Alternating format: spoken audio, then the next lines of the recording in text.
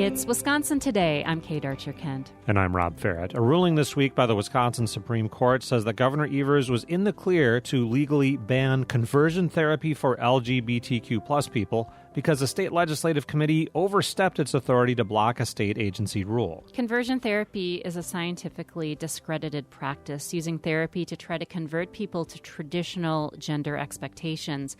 The Human Rights Campaign calls it a dangerous practice targeting LGBTQ youth. Here in Wisconsin in 2021 and 2023, a Republican-controlled legislative committee blocked a state agency rule. Now the state Supreme Court says that move was unconstitutional. To learn more about the ruling and its implications on the balance of power in state government, we're joined by Anya Van Wagten-Donk, WPR State Capitol reporter. Anya, welcome back. Good morning. So at the heart of this case, it involves rulemaking, including this one rule involving a ban on conversion therapy. What does the 4-3 ruling by the High Court mean for conversion therapy? Yeah, it's a little wonky, but the ruling basically fundamentally alters how the legislature oversees rules in general. So those are basically directives about how laws are to be administered. And so in the case of the conversion therapy question, there are laws about how professions must be licensed in the state of Wisconsin. For therapists or marriage counselors, things like that, there's an ethics code. And so the Evers rule adds a ban on conversion therapy to that ethics code. So if you're a therapist who practices conversion therapy, which you just described, you'd be in violation of that code. It's something that could cost you your license. What this ruling does is it prevents rules like that from being overseen by one legislative committee, the Joint Committee for Reviewing Administrative Rules, a very aptly named committee. There were a number of laws governing how that committee could object to rules like the one banning conversion therapy, and the court found that the way that they did that was unconstitutional. So this has really wide-ranging effects, basically remaking that whole rulemaking process. So before we look into the check on this particular committee's powers, can you talk more about conversion therapy and its timeline? You know, when was a statewide ban on conversion therapy in effect in Wisconsin? Yeah, so Evers proposed that rule banning conversion therapy, again, adding that to the ethics code for therapists when he first took office in 2019. When it went before that joint committee, they suspended it from going into effect. That happened in 2021, and then the same process happened again in 2023. And so essentially, it allowed this committee to kind of shelve that rule from going into effect. It then did go before the legislature through a different means. Again, we're in a slightly wonky territory, but the overall effect of that means that the ban did go into effect statewide in April of 2024. So technically, there is that rule in place, the Evers rule. So what this ruling wanted to kind of look at, or what the court case wanted to look at, was whether that process by which that committee blocked the ban from going into effect over the course of about 3 years was constitutional. And what the ruling says is that that process by which the committee held up the rule, it gave a small committee and just a handful of lawmakers the power to have basically statewide influence and to block a state agency from doing its job. And they said that's unconstitutional. Let's look into the arguments by these justices. Chief Justice Jill Karofsky wrote for the court's majority in this opinion. What did she say about bills going through chambers and the power of a committee to stop something? Yeah, so again, we are in wonky territory here, but very consequential wonky territory. So they've ruled that current practice means that this small committee, as I mentioned, has such wide powers that it affects the legal rights and duties of those outside of the legislative branch. And so what they said was that if a legislative arm is affecting people outside of the legislative branch, they have to follow fundamental legislative processes. So those processes are familiar when you watch a bill become a law. Like first it has to go before both chambers of the legislature, and then it has to be signed by a governor. That's how a bill becomes a law.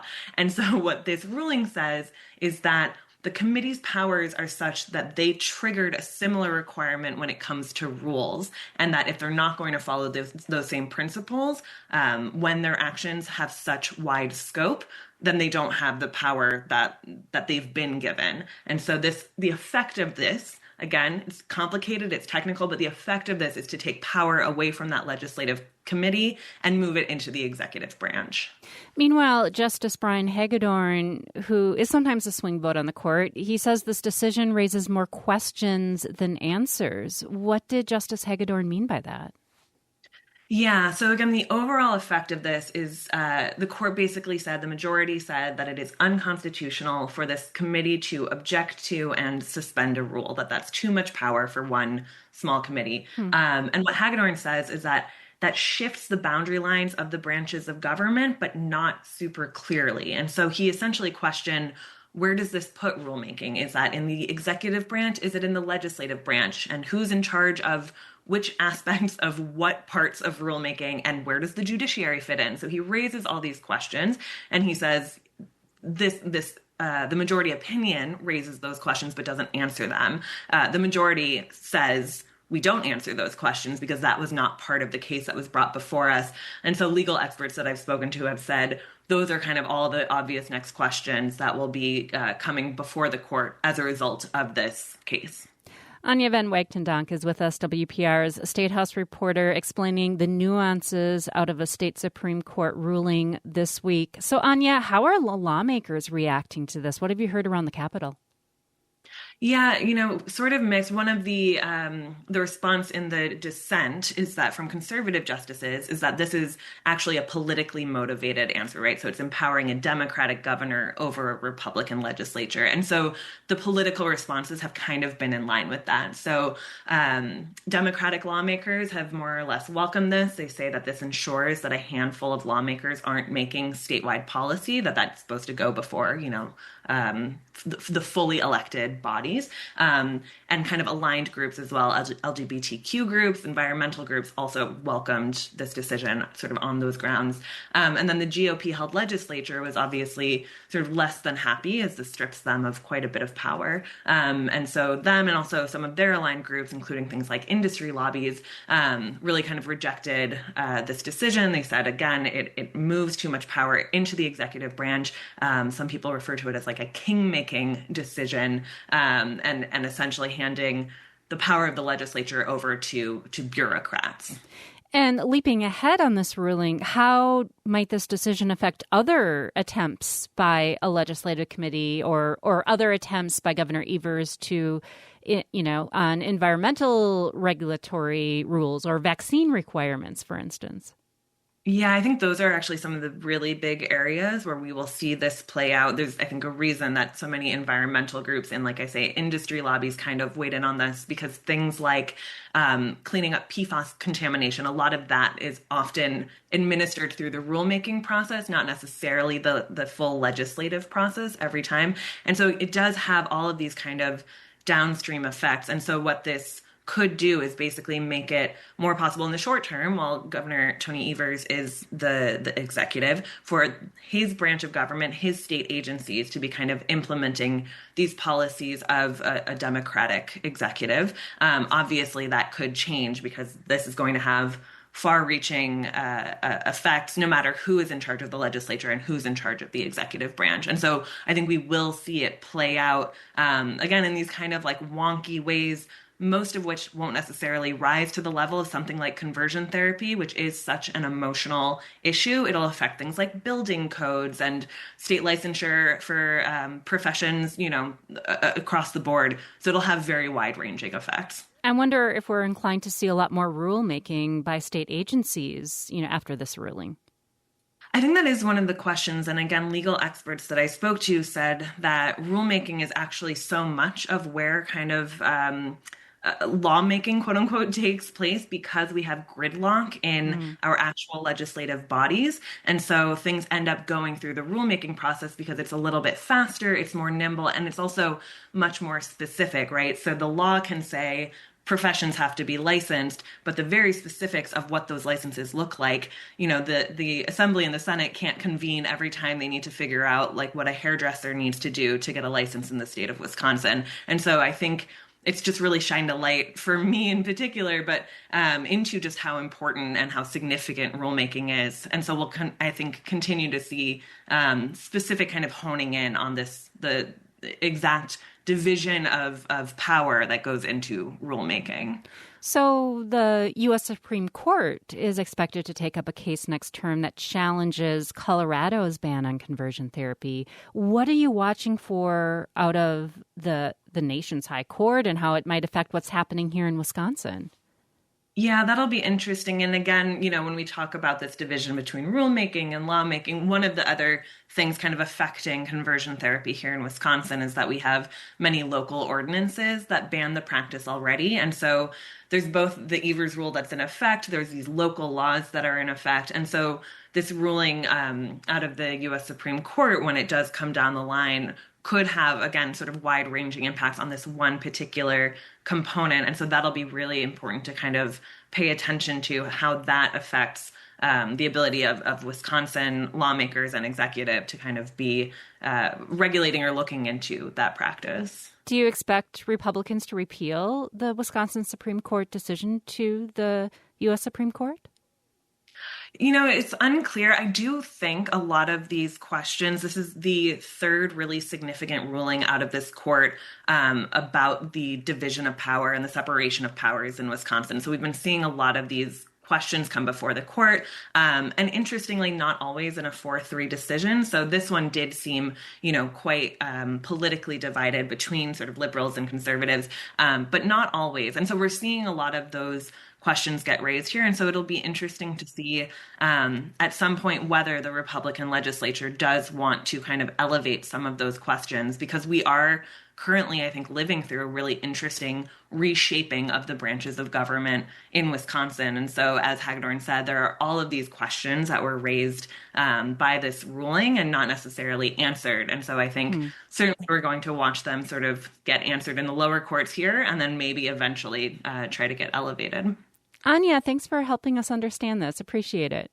Thanks for having me. That was WPR State Capitol reporter Anya Van Wagtendonk. We discussed Tuesday's State Supreme Court 4-3 ruling that found the powers granted to the Joint Committee for Review of Administrative Rules had violated the state constitution.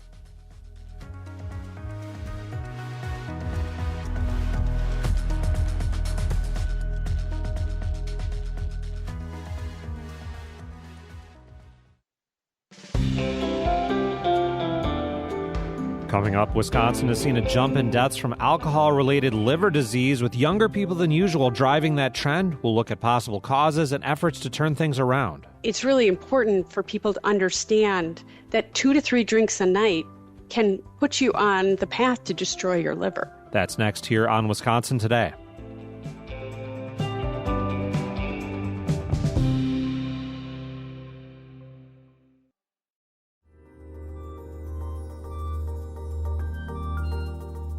It's Wisconsin Today. I'm Kate Archer-Kent. And I'm Rob Ferret. New research finds that deaths related to alcohol-related liver disease are on the rise, with deaths from alcoholic cirrhosis of the liver in Wisconsin jumping by 35% through the pandemic.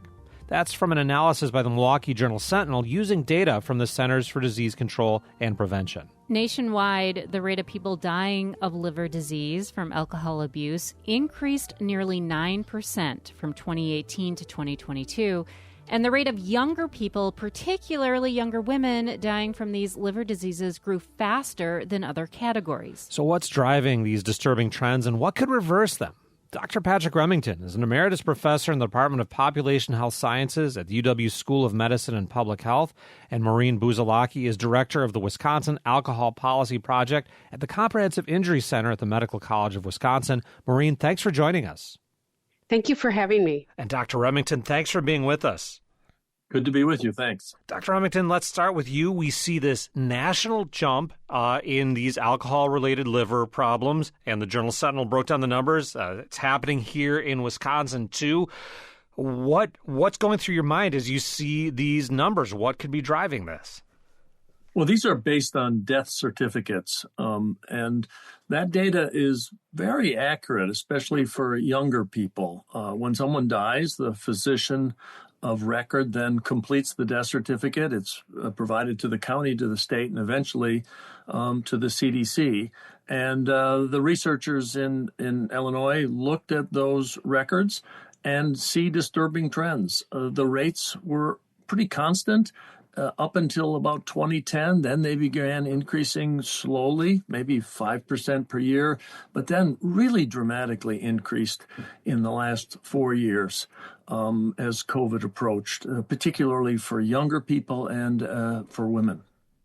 Maureen, you've said elsewhere that the Medical College of Wisconsin's liver transplant team is also seeing younger patients needing liver transplants related to alcohol consumption. So that, on top of these death statistics, what does that make you worry about? What does that make you watch for when it comes to younger people and their alcohol consumption? Yes, when we've talked to providers, they say that it used to be they would never treat someone for alcohol hepatitis or cirrhosis, in their 20s or 30s, and now it's not infrequent. So we look at overall drinking trends and what is happening with the population and, obviously the culture around that and policies. And what we see is young adults drinking less overall. However, we're finding that there's a segment that are drinking much more. And when I talk to providers, they mention that it's really important for people to understand that 2 to 3 drinks a night can put you on the path to destroy your liver. Maureen, I want to dig into that a little more. I see those big picture statistics all the time that show fewer people in middle school and high school are drinking, fewer people in college are drinking. Overall binge drinking numbers seem to be trending down. But what is happening with this group that you're pointing out apparently must be out there, people who are defying those trends, I guess, and drinking a lot more? Yes, so they reclassified folks that are in the category of high intensity drinking. So we do see that segment, but we also see, especially, with COVID, the mental health crisis and lack of, enough providers, everywhere to help deal with those issues. We see that people are self-medicating potentially, and that they're drinking in higher rates than, they're surrounded by people that are drinking more. And so it's the norm, we see across Wisconsin to be drinking, on a regular basis at higher rates than you see in a lot of the rest of the nation. Dr. Remington, you and I have talked a lot about public health and alcohol over the years. What do you think about when it comes to interventions, to outreach for this group we're talking about, young, high-intensity drinkers who are apparently at a very elevated risk of diseases we used to associate with long-term older drinkers? Well, it's a great question. These are observational data. So these are data collected routinely. And the analysis is very sound. This is clearly happening. So it's not a question of whether this might be happening. It is absolutely happening. We are seeing more people developing and dying from alcohol-related liver disease, a really serious problem in Wisconsin and in the nation. And as a public health physician, I always think about going upstream, basically thinking, well, those are increasing death rates. Why? Increasing rates of alcohol use, problem alcohol, specifically problem alcohol drinking, as Maureen said. But then the question is why? We know that COVID and the isolation related to COVID and the stress and strain of unemployment and other things was a cause. And in fact, it's interesting, in the last year, you see a slight decrease in these statistics. We also know that there's a mental health crisis in our nation, and particularly in children and young adults. And alcohol can be used to self-medicate, not appropriately, by the way. It's an attempt to really blunt the pain that comes from depression or anxiety. And that use of alcohol as to self-medicate for mental health challenges is absolutely more harmful to health. And so I think understanding the cause is really important, but then, not just talking about the problem, really going towards solutions, understanding why some why some young adults are problem drinking, and then address that individually. What are the causes for each individual? And that's going to change from person to person. It's the reason you need to be in close touch with a physician or a mental health provider to work on those issues specifically for yourself. And Maureen, along the same lines, you at the Wisconsin Alcohol Policy Project, what kind of interventions are you thinking about trying to reach out to this group that seems to be waving a pretty big red flag in these numbers we're talking about? Right. Well, I think it's important to people to understand that even drinking in what might be considered in Wisconsin a little bit less is maybe not as low as you need to go to really reduce your risk. So that's one piece. And I think what Dr. Remington shared is really critical in that. We focus on working on community changes and changing the alcohol environment. What we see are a number of communities that are doing a lot to reduce underage and excessive alcohol use during festivals. And, when they have temporary picnic licenses and those kinds of things, by putting in safeguards, by reducing the number of alcohol drinks you can buy, by reducing the size of those alcohol drinks. So many communities around our state are taking measures such as those, which are helpful, as well as performing alcohol age compliance checks. So that means that they're working with retailers to make sure they're not selling to people who are underage. And that's important because we know, first of all, when a kid goes in and is able to obtain alcohol, I think that's an important moment to not sell to those kids. And it sends an important message about community norms. But secondly, it also means that that retailer is, not doing anything special. They're just following the law. And it's a really important law to follow in terms of the trends that we see. In Wisconsin, 1 out of 6 children have started drinking alcohol under the age of 13. And that sets you up for, a lot of problems down the line. And so trying to change that culture by making sure that laws are being enforced, that retailers are on board, and that community events are not sort of flaunting, excessive alcohol, are all pieces that I think can come together to help change that norm. We're talking to Maureen Buzalaki with the Wisconsin Alcohol Policy Project at the Medical College of Wisconsin, and Dr. Patrick Remington, Emeritus Professor in the Department of Population Health Sciences at the UW School of Medicine and Public Health, looking at alcohol, an increase in young people dying of liver disease associated with alcohol consumption, and what we can do about that. Okay, so far, a lot of this conversation could be anywhere in the country. Let's look at Wisconsin in particular. Dr. Remington, there's a sense, and I think the perception matches reality pretty well, that Wisconsin has a particular culture, a particular issue when it comes to alcohol. What do you see from your public health perspective? Well, I started working with a survey that's done through the CDC called the Behavioral Risk Factor Surveillance System. It started in the early 1980s.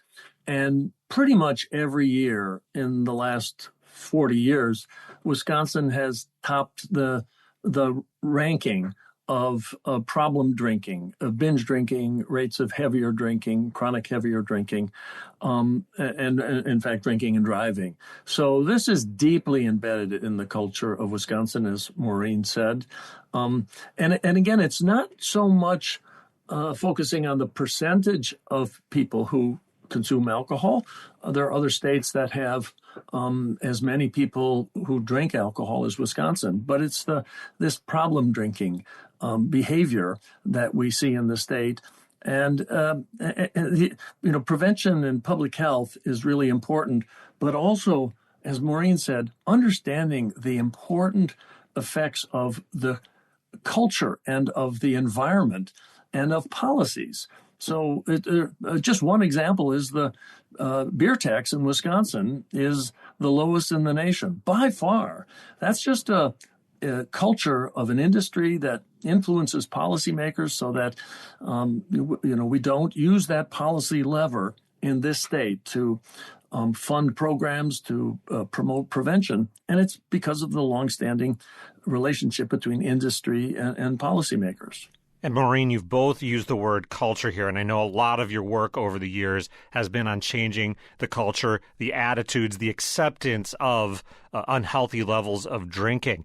Can you talk about successes maybe or the obstacles to those successes? Well, again, I work with communities all over the state, and I do see a lot of progress and change happening.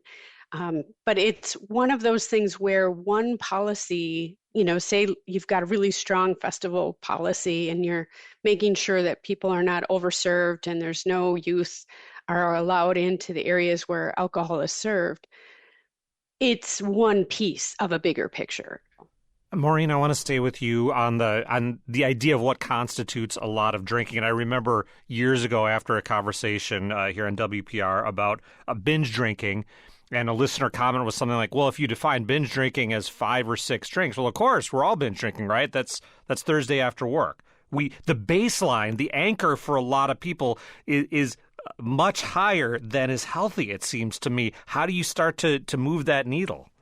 Well, I think there's several approaches folks can take. One is just consciously drinking less, so taking at least one serving off, and working through that. We also think about alcohol-free days. So just like Meatless Mondays, right? We encourage people to not drink every day of the week. And then when you look at the science, we have to say, especially because of the link to cancer, that there's really no safe level. But, we live in a culture where alcohol is a part of everything. And so when we look at the research and the science that's been done, especially recently, we know that it's less than a drink a day for women and a drink a day or less for men. And so, and it's not that you can hold that and just drink all 7 on Friday night, right? It's really about that daily consumption. And that's really hard. It's a big, big change. And so that's why we encourage taking steps to reduce it. When I talk to providers, they tell me that, a lot of these young people, they're drinking 2 or 3, maybe more a night, not realizing how much of an issue that is. And I think, there's this perception of someone who has an alcohol use disorder, that they're falling down drunk, that relationships are a problem, jobs are a problem. And that's not necessarily the case, with these folks who are drinking 2 or 3 or more every day, and so they don't realize the harm that is happening. So I think it's a combination of, understanding and, thinking about how you approach alcohol use in your community, in your family, and also looking at different policies that can help make a difference. Dr. Remington, I want to take this into the doctor's office now. What kind of role can care providers, primary care providers in particular, have in helping patients recognize problematic levels of drinking and then reducing it? The policy environment and the culture are incredibly important, and they're what we call strong determinants of the health of a community, and they influence alcohol consumption patterns tremendously. But the doctor's office is a special place where individual advice can be given to people. The physician can get to know the patient, sort of understand their behaviors, understand the reasons people drink, and then try and move that needle. And one approach is to ask people who are moderate drinkers to cut back. And the strategies that Maureen mentioned have been shown to be effective. This is really called the sort of counseling and with advice. It's like a motivational interview. You ask about alcohol consumption patterns, and then you follow that with advice. So I think just also increasing the awareness of the potential harms. I don't think it was the 1950s and 60s when people began to understand that cigarettes were harmful to health. And it took 40 or more years to implement the policies that were needed, like clean indoor air policies or not allowing smoking in restaurants and bars. I think we're in that sort of transition with alcohol, better understanding the harms. And there's, as Maureen said, no safe level. Clearly, there are low levels, which the harms are minimized and social benefits exist, and people will make that choice to drink some. But doing so in small amounts balances that harm with the benefits that everybody perceives. So I would say have a conversation with your primary care provider. The first issue in any concern is to understand if there is a problem. And I think that's the importance of having that conversation with your physician. And then once you understand that there may be a drinking problem, then set out on specific strategies to address that. We'll leave it there. Dr. Remington, thanks for joining us. Thanks for having me. And Maureen, thanks for being with us. It was my pleasure. Maureen Buzalaki is director of the Wisconsin Alcohol Policy Project and the Division of Alcohol Policy Prevention and Research at the Comprehensive Injury Center at the Medical College of Wisconsin. And Dr. Patrick Remington is an emeritus professor in the Department of Population Health Sciences at the UW School of Medicine and Public Health. We've been looking at the rise in recent years in alcohol-related liver deaths, especially among young people. And we want to hear your thoughts on the drinking culture here in Wisconsin. Do you think we drink too much? Do you feel pressure to drink more than you would like to? Have you seen some good no-alcohol alternatives when you go out? If you moved here from another state, were you surprised by what you saw in Wisconsin? Email us. The address is wisconsintoday@wpr.org. Again, that's wisconsintoday@wpr.org.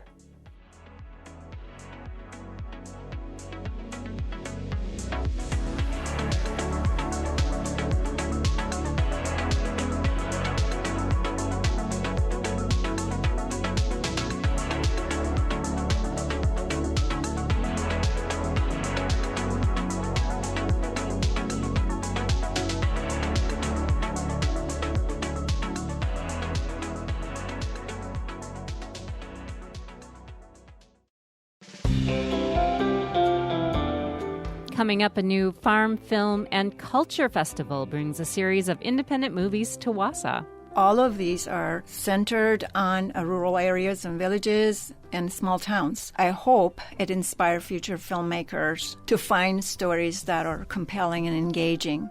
That's next here on WPR News.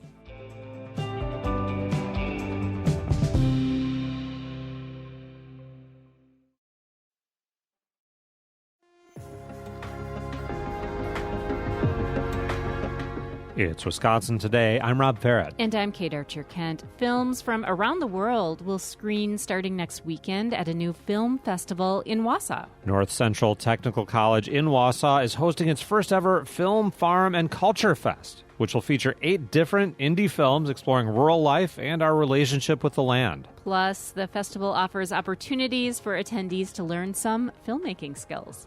Festival organizer Gila Nickpay is with us for a sneak preview. She's a Wisconsin filmmaker who teaches video production at North Central Technical College. Gila, welcome to Wisconsin Today. Well, thank you for having me. All right, this is exciting. First year of the Film, Farm, and Culture Fest. Can you give us the origin story? What led you to put this on? Well, I always wanted to do a film festival at Wausau since I moved to Wausau 3.5 years ago. And there's a class that I teach to my students that prepare them for industry and film. And so, obviously, film festivals is one venue for showing your work. And although we are very technically oriented, where I teach at NTC, there's quite a few students that want to make their own short films. Or sometimes dream of making long films. And so I wanted to talk to them about Film Festival and what it is about, the history of it, and how they apply for it, and the benefits. And I was surprised. Most of my students did not have any idea what the Film Festival was.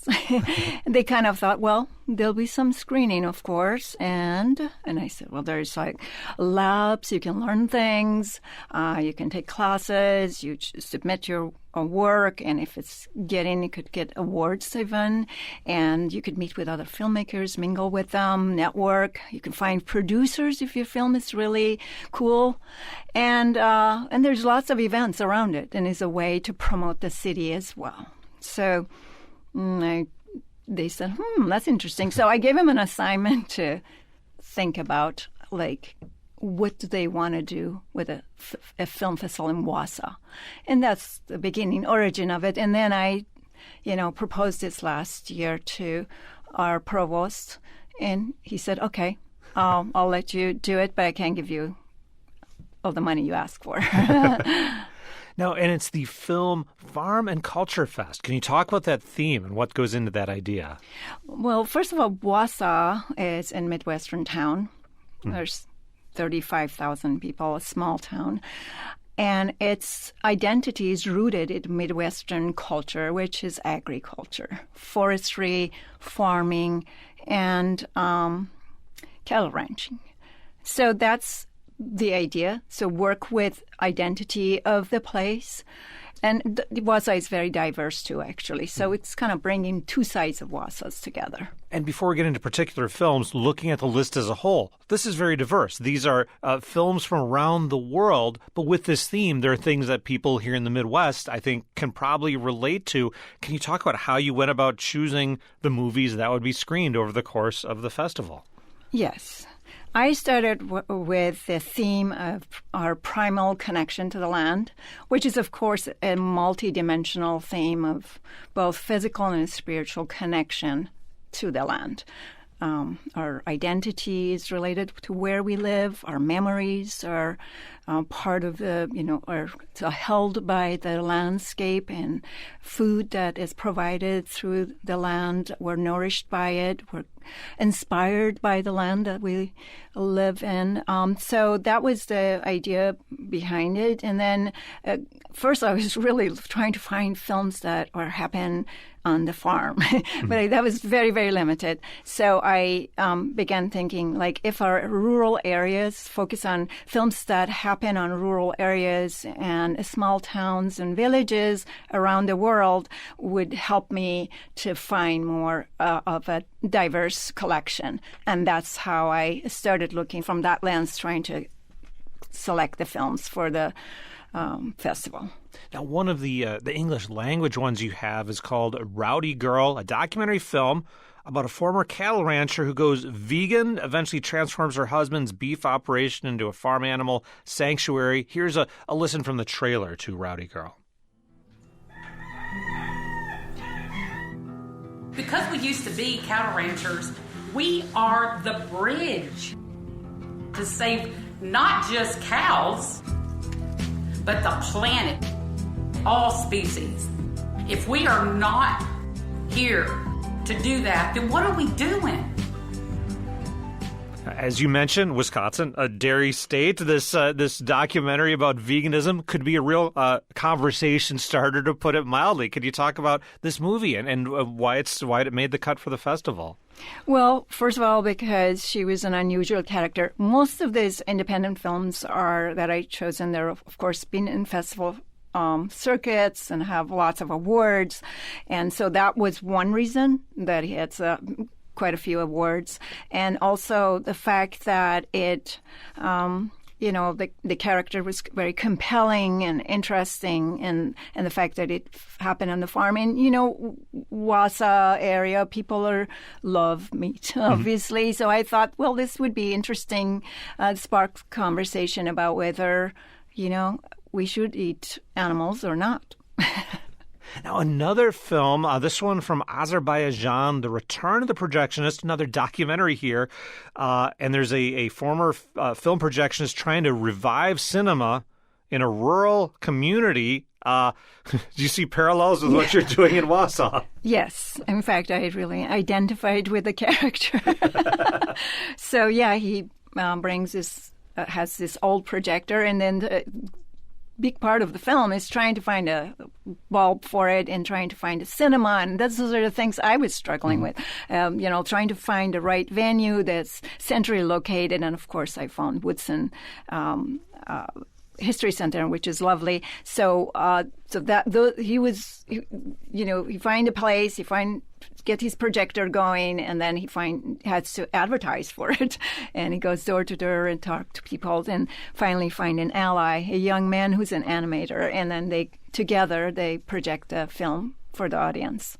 We're talking about the first ever Film Farm and Culture Fest taking place in Wausau starting next weekend, hosted by North Central Technical College, going to feature 8 different independent films and a lot of filmmaking workshops. Gila Nikpe is organizing the festival. She's a Wisconsin filmmaker who teaches video production at the college. I want to visit another movie in the lineup here. This one's called The Outpost, a man attempting to save part of the Amazon rainforest from wildfire by getting the attention of the Brazilian government. He's going to do it by trying to host I love this, a Pink Floyd concert in the middle of the forest. And here's activist Christopher Clark in one scene trying to get in touch with Pink Floyd's David Gilmour. Hi, David. I'm sending you this from the middle of the Amazon rainforest, one of the most remote places in the world, the Shoshone Reserve.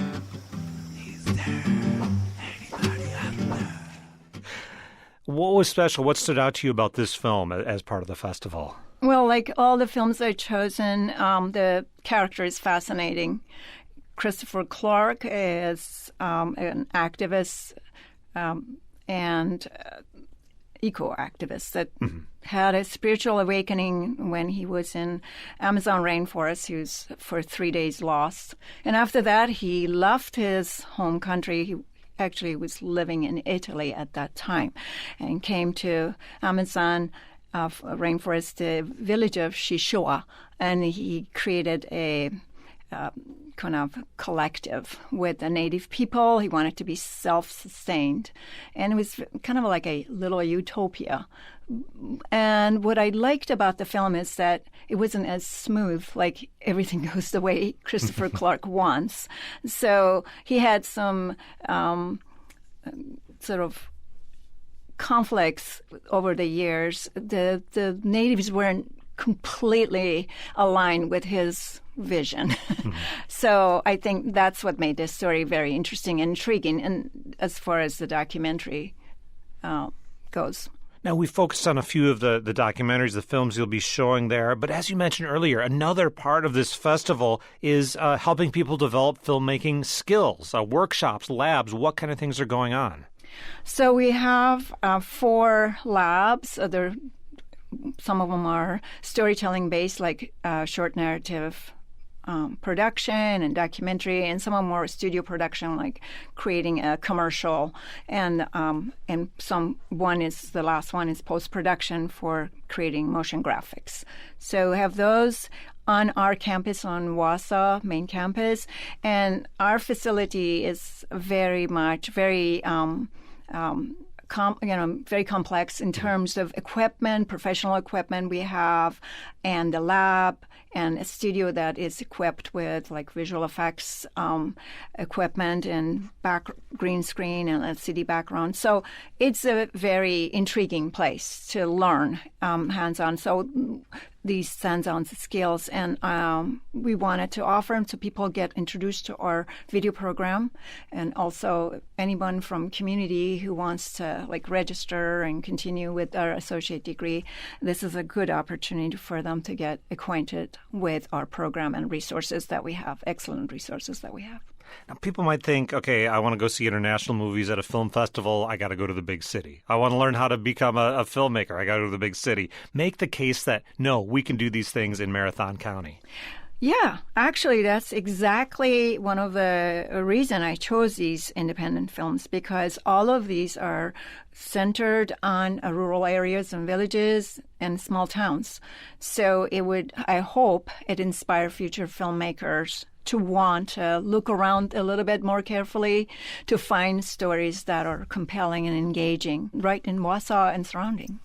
I understand one of your concerns, a wider concern, is support for arts here in Wisconsin. You came, I think you mentioned, from Minnesota. Compare and contrast. What do you see when it comes to support for the arts? So as a filmmaker and artist, I live in Minneapolis for a long time. I was recipient of many awards. My films were shown in Walker Arts Center, Minneapolis International Film Festival, and many other venues. So Minnesota spends about almost $10 per capita on arts. And so that really is helpful for growth of an artist. Without that, resources are for filmmaking or creating art aren't very easily available. So when I came to Wisconsin, it took me a while to find out that there is no grants or support for individual artists, and I was shocked first. And then I researched it, and I found out that in Wisconsin they spend only 18 cents per capita for arts. So I was shocked, really, honestly.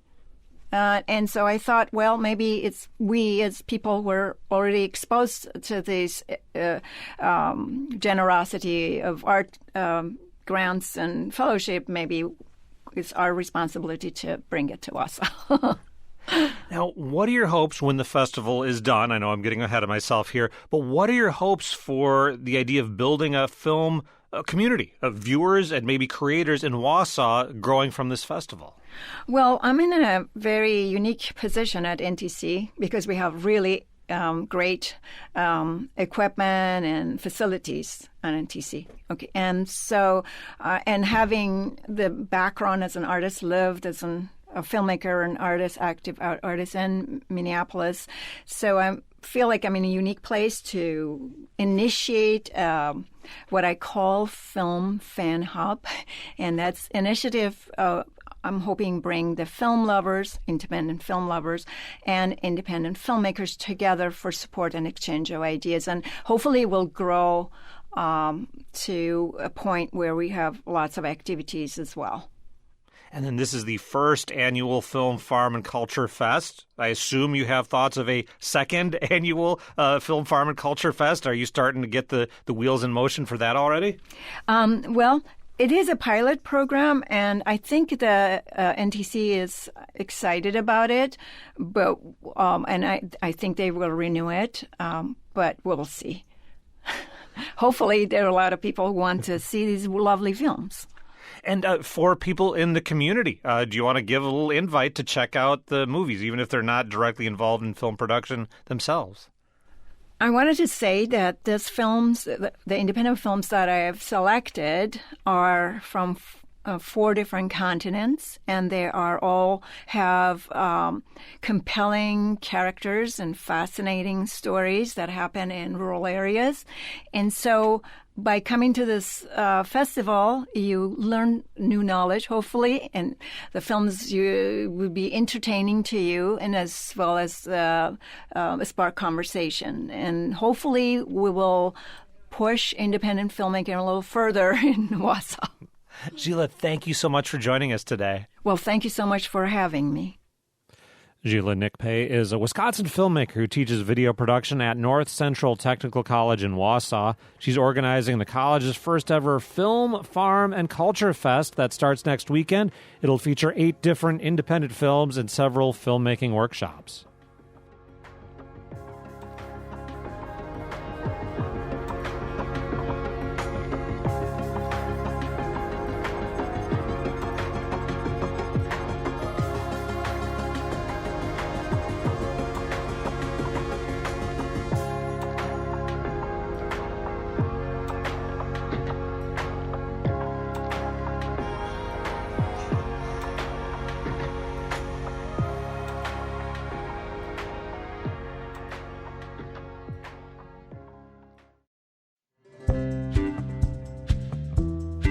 Libraries are at the center of so many communities, and on Friday we'll be learning about how the Carnegie libraries that were built in Superior are now up for sale, and one is in rough shape.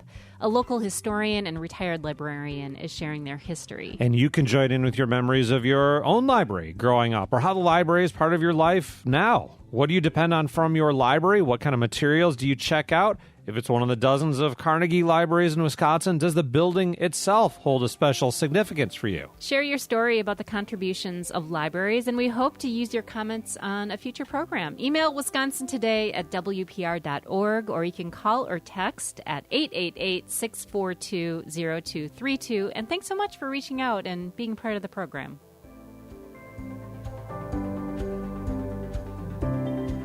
Wisconsin State producers include Avery Lee Rogers, Trevor Hook, and Beatrice Lawrence. Our technical directors are Jeff Robbins and Sarah Hopeful. Learn more about us at wpr.org/Wisconsin Today. I'm Rob Farrett. And I'm Kate Archer-Kent. You're listening to WPR News.